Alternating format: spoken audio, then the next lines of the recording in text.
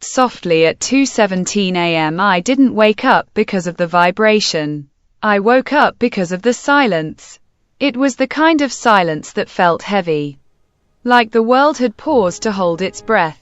My name is Daniel Moore, and I live in Willow Creek, a quiet suburban neighborhood somewhere in the United States.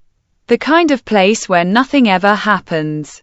Perfect lawns, white fences, porch lights that turn off at exactly the same time every night. I rolled over in bed, annoyed, ready to go back to sleep. Then I noticed something strange. My phone screen was glowing. The sleep tracker app wasn't just recording my sleep, it was flashing an alert. Unusual pattern detected. Confused, I tapped the screen. A map of Willow Creek appeared, dotted with tiny blue circles, each one representing a household connected to the neighborhood's smart grid. According to the data, every single house on my street had entered deep sleep mode at exactly 2:17 a.m. Every house, except one. The house at the end of the street. Number 32. The Henderson house. My throat went dry. The Hendersons had moved out 6 months ago. The house was supposed to be empty. No lights, no power usage, no activity. And yet, the app showed one bright red dot pulsing slowly. Awake. I sat up and looked out my bedroom window. Every house was dark. Every house except number 32. A faint light glowed behind its upstairs curtains. That's when my phone vibrated again. Movement detected. A chill ran down my spine. I told myself it was a glitch. Technology makes mistakes all the time. Still, I couldn't stop watching the house. The light flickered once, then went out.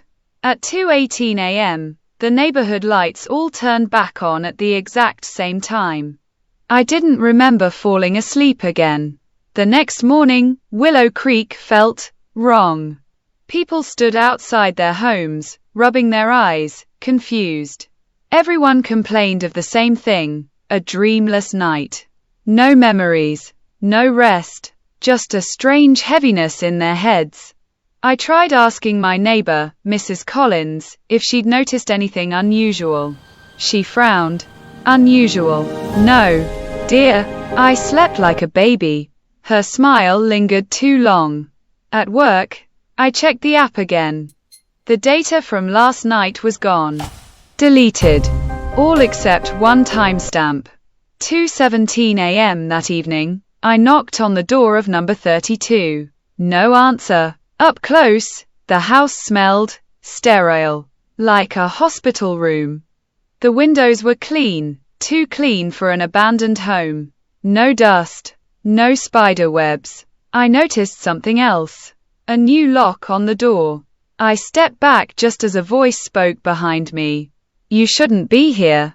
I turned to see Officer Raymond, the neighborhood patrol cop. His eyes looked tired. Hollow. The Hendersons don't live here anymore, I said. He nodded slowly. That's correct. So who does? His radio crackled. 2:17 a.m. confirmed. Officer Raymond stiffened. Go home, Daniel, he said quietly. And if you wake up tonight, don't look outside. I didn't listen. At 2:16 a.m., I was awake, sitting in the dark, phone in hand. The app was open. Waiting. The second hand on the clock ticked loudly. 2:17 a.m. The neighborhood went silent again.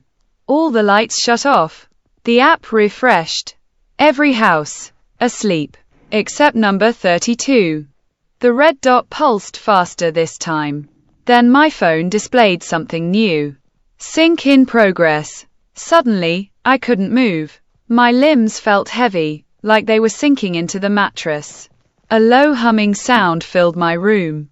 Through the window, I saw the front door of number 32 open.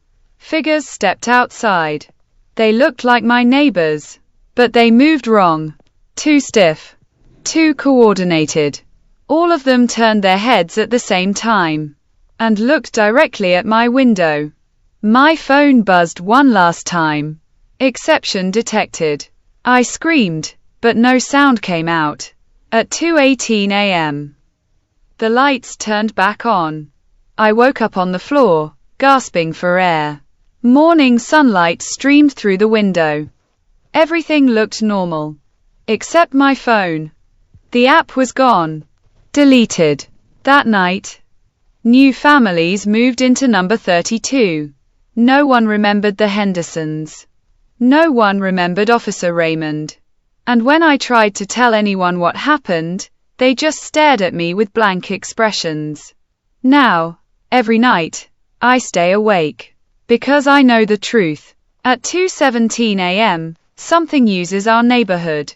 And one night soon, there will be no exceptions.